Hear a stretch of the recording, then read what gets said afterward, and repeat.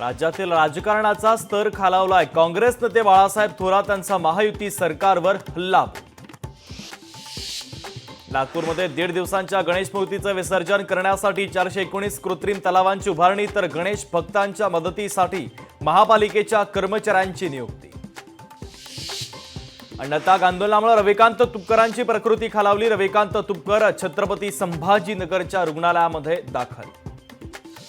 आसाममध्ये आधार कार्ड बनवण्यासाठी आता नवा नियम लागू। यापुढे राज्यात आधार कार्ड काढण्यासाठी एनआरसी नोंदणीची रिसीट आवश्यक। आसामचे मुख्यमंत्री यांची माहिती।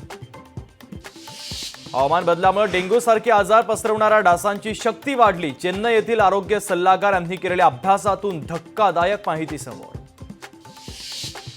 राज्यात 2 दिवस पावसाची शक्यता। विदर्भ मराठवाड्यात जोरदार पावसाची शक्यता। विदर्भातील सर्व जिल्ह्यांना पावसाचा येलो अलर्ट।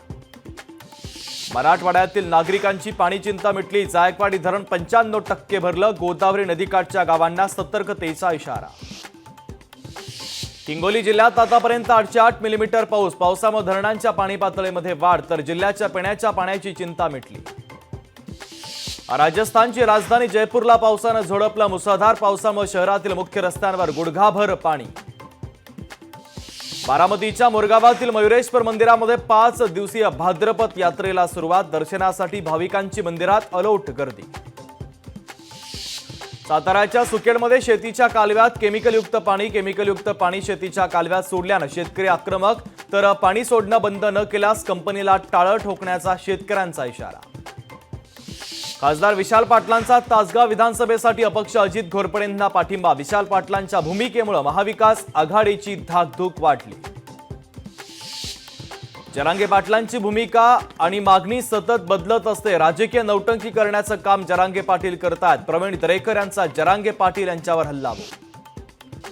पूजा खेडकरच्या विरोधात केंद्र सरकारची मोठी कारवाई। पूजा खेडकर IAS सेवेतून बडतर्फ। केंद्र सरकारनं केली बडतर्फीची कारवाई। बार्शीतील मराठा समाज मनोज जरांगे पाटलांच्या विरोधात आक्रमक। मनोज जरांगे पाटलांनी प्रश्नांची उत्तरं दिली नसल्यानं आंदोलन। लोकशाही मराठी ऐका, पहा, जागरूक रहा।